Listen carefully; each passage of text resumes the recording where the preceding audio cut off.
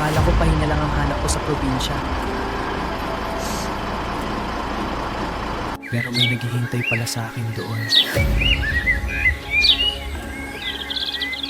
Matagal akong nawala, kaya bumalik ako sa bahay ng lola ko.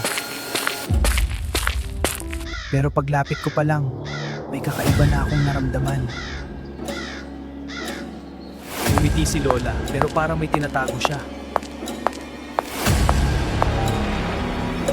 Paggabi na, huwag kang lalabas. Pagsapit ng gabi, nagising ako sa isang tunog. May nakatayo sa labas ng bintana ko. May mga mata na nakatingin sa akin. At nang kumurap ako na wala siya. Kinuwento ko kay lola at bigla siyang nanahimik. May batang nawala dito at hindi niya nakita. Kinagabihan, bumalik ang pakiramdam. May bumubulong. Sumama ka. Parang may humihila sa akin palabas.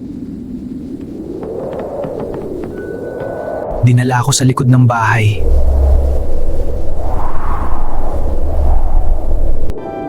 May batang nakatayo doon. Nang lumingon siya, wala siyang mata. Inabot niya ang kamay ko.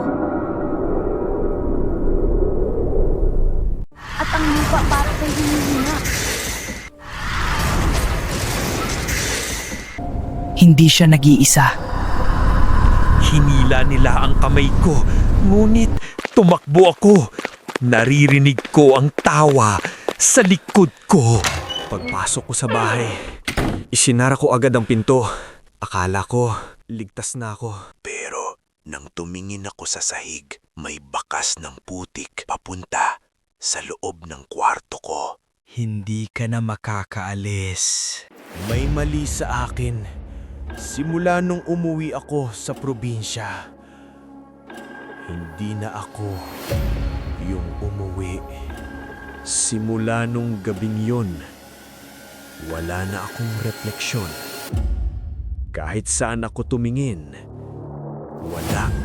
Hindi ko na maramdaman ang katawan ko.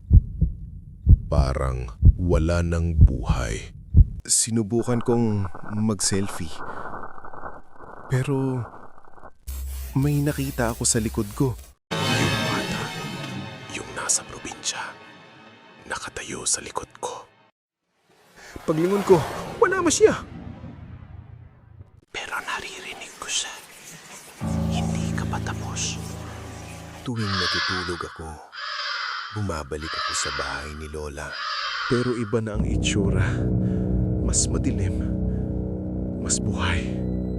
Nandun si Lola. Pero bigla siyang dumami. Pare-parehong nakatingin sa akin. Bumukas ang sahig. Nahulog ako. Pabalik sa ilalim. Hindi ito lupa. Parang mundo ng mga naiwan.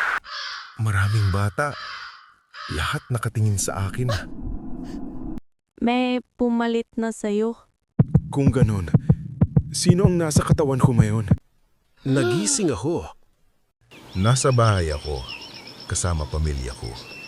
Pero iba ang pakiramdam nila sa akin. Ngumiti ako. Pero hindi ko kontrolado ang mukha ko. May ibang nakatingin mula sa loob ko. Hindi ako ang nakauwi.